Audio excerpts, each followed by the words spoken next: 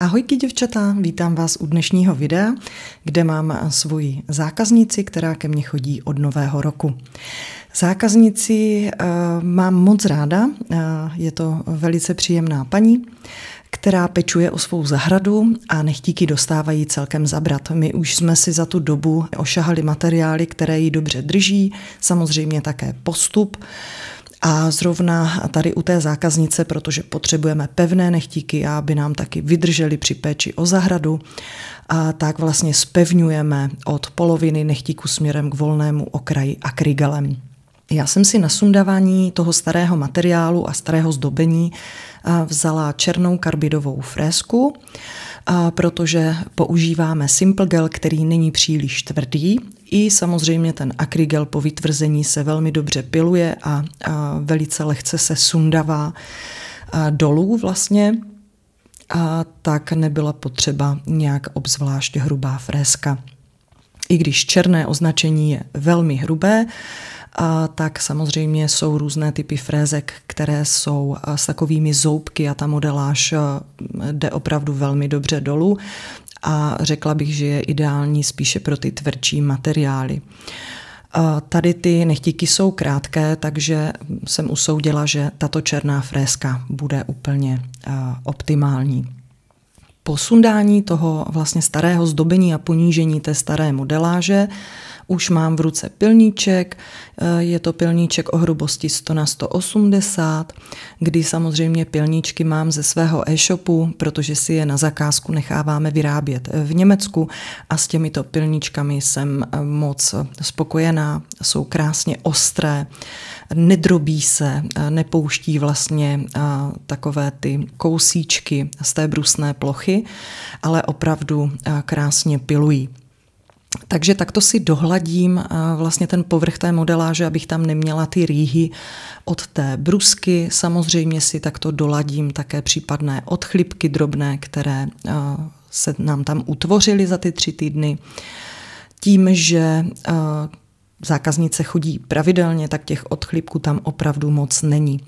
Tím, že jsme vlastně zpevňovali nechtík od poloviny, tak nám na volném okraji ještě drží ten akrygel, kdy jsem se rozhodla nedoplňovat na všech prstíkách opět akrygel, ale pouze tam, kde chyběla, to byly malíčky.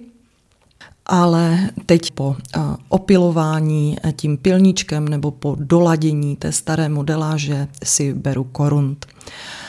Korundová frézka je pískovcová frézka, kterou používám na přístrojovou manikúru, kdy si odstraňuji kutikulu. Je to taková nadnechtová blanka, která nám odrůstá společně s přírodním nechtem, ale také si vyčistím nechtové valy od zrohovatělé kůže a samozřejmě i v těch bočních nechtových valech se skrývá mnohdy taková jemná kůžička, kterou potřebujeme odstranit. Já si tak dolaďuju i takové ty zbytky staré modeláže, kde jsem se nedostala třeba pilníčkem. Důležité je u přístrojové manikury, abyste si opravdu dobře odstranili tu nadnechtovou blanku, aby se nám na to posléze nepřilepil stavební materiál, protože by se takto potom tvořily odchlipy. Po opracování si důkladně opráším a si zastříhnu přebytečné kůžičky. Každé z nás ty kůžičky rostou jinak rychle, někdo má ty kůžičky velmi jemné a stačí zatlačit a není potřeba nějakým způsobem odstraňovat. Někdo má ty kůžičky právě proto, že pracuje, tak je má takové tvrdší, chrání ten nechtík, takže té kůžičky se tam vytváří trošku více. Po tomto všem jsem si oprášila a ještě jsem si omyla ruce dezinfekcí, vlastně, kterou jsem si nanesla na buníčinový čtvereček, abych se zbavila prachu z pilování a opracování kůžiček. Potom to nadchází nanášení tekutin. Vždy před každou modeláží nanáším nail prep, protože je to vlastně odmašťovač a dehydrátor přírodního nechtu, aby nám na tom následně modeláž dobře držela. V tomto případě a u této klientky používám také Ultrabond, který je takové pojídlo mezi přírodním nechtem a podkladovou bází. Tyto tekutinky se nevytvrzují v lampě, ale pouze necháme volně zaschnout na vzduchu. Dejte tomu čas opravdu minutku až 2, aby tekutiny dobře vlastně zaschly a abyste nenanášeli podkladovou vrstvu na vlhký nehet, protože by vám modeláž nemusela dobře držet. Poté jsem nanesla ve velmi tenké vrstvě pevnou čirou bázi, kterou mám taktéž na této klientce otestovanou a která nám skvěle drží. Takže ve velmi tenké vrstvě jsem si nanesla tuto čirou bázi, kterou jsme vytvrdili v lampě. Vytvrzuju zhruba 30 sekund až 1 minutu podle potřeby.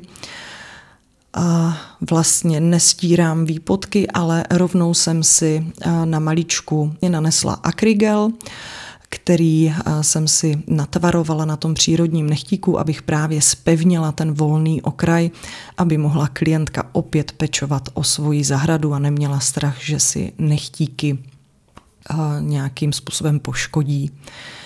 Po tom opilování jsem si samozřejmě oprášila a ještě jsem si to omyla, aby mi tam nezůstával ten prach vlastně z pilování. A teď už nanášíme Simple Gel Ice Pink, protože jsme se v tomto případě rozhodli o marble zdobení. Klientka ho viděla u mě na sociálních sítích a toto zdobení se jí líbilo, tak jsme se rozhodli, že ho uděláme zase v jiné barvičce. Simple Gel je velmi vhodný gel pro takové ty pružné nechtíky.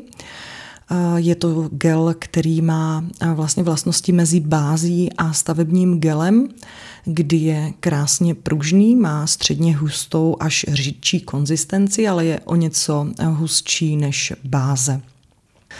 Tyto gely mám moc ráda nejen pro jejich barevnost, protože ty odstíny, které vlastně máme, buď vlastně v nudové barvičce, v bílé, anebo tady v té ledově růžové, jsou moc krásné, kryjí teda zhruba z 60 až 70%, co se mi na nich moc líbí, protože vytváří ten přirozený vzhled.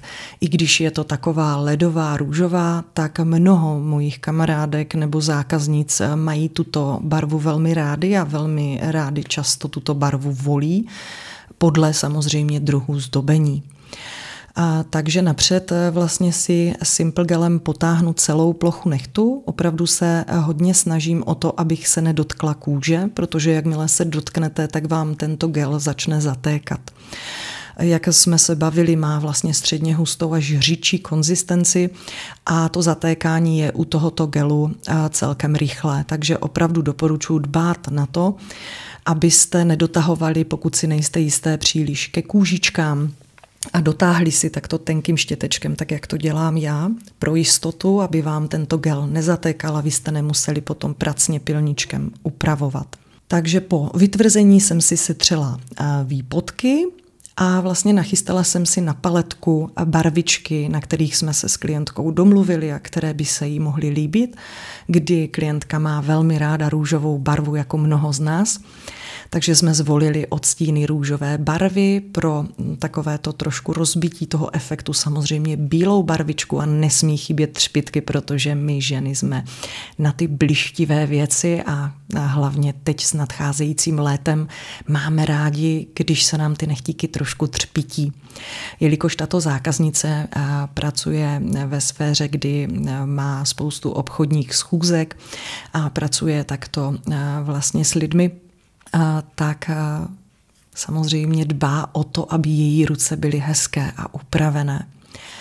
Takže na paletku jsme si nanesli toto barevné schéma, které si nabírám ombré štětcem a takto cikcak se snažím vlastně nanést na nehet, ale trošku předbíhám, protože předtím jsme si nanesli na nechtíky tenkou vrstvu Blossom gelu. Je to takový speciální gel, který jsem zakoupila tedy na AliExpressu. Ještě nemám tento gel ve svém obchodě, takže jsem použila tento gel, ale pokud ho nemáte, můžete stejně tak dobře využít třeba čirou bázi, která má podobné vlastnosti, nebo ani ne podobné vlastnosti, ale chová se velmi podobně kdy tento gel vlastně nám roztahuje gel laky, rozpíjí nám je a tvoří to takový opravdu nádherný efekt. Já to miluju hlavně tady u těch marble efektů, protože ten Bluesom je roztáhne opravdu jako takovou velmi jemnou pavučinu nebo krajku, úplně dostracena. Opravdu to vytváří krásné efekty, kdy vlastně, když roztahuju štětcem tyto barvy, tak se tam tvoří i takové drobné nitky. Pokud se mi to dokonale nepodaří, vidíte, že si beru tenký štěteček a snažím se tu barevnost si trošku upravit i tenkým štětečkem, ale díky tomu podkladu, v kterém se to vlastně krásně rozpije, tak to vypadá velmi jemně a decentně. Takže vždy vlastně vytvrdíme v lampě. Já tyto gel laky vytvrzuju zhruba 1 minutku, protože vlastně je ta vrstvička o malinko vyšší, než jsme zvyklí u nanášení gel laků, protože tam máme Bluesom gel a ještě vlastně takto štětcem nanášíme tyto barvičky. Samozřejmě se snažím nanášet v tenké vrstvě, aby nám to nedělalo hrbolky na modeláži. A poté po vytvrzení teď fixujeme naším topem tekutým sklem, kdy opět musím tekuté sklo velmi pochválit. Tento top je prostě jednička na našem e-shopu, protože opravdu i ruce této zahradnice vydrží 3 týdny krásně lesklé. No a na závěr zase naše masáž, protože moje zákaznice a kamarádky si tyto masáže velmi oblíbily, už jsme se o tom bavili i na streamech. Takže nesmí chybět důkladná masáž a jsem strašně ráda, že moje klientky odchází odpočaté a zrelaxované. A to je ode mě pro dnešek všechno. Pokud se vám moje video líbilo, budu ráda za vaše sdílení, lajky a komentáře. A pokud máte nějakou připomínku k mému videu, klidně ji napište do komentářů. Ráda si to přečtu a ráda budu reagovat. Mějte krásnou neděli a přeji poslední den takový odpočinkový. Mějte se krásně a zatím papa.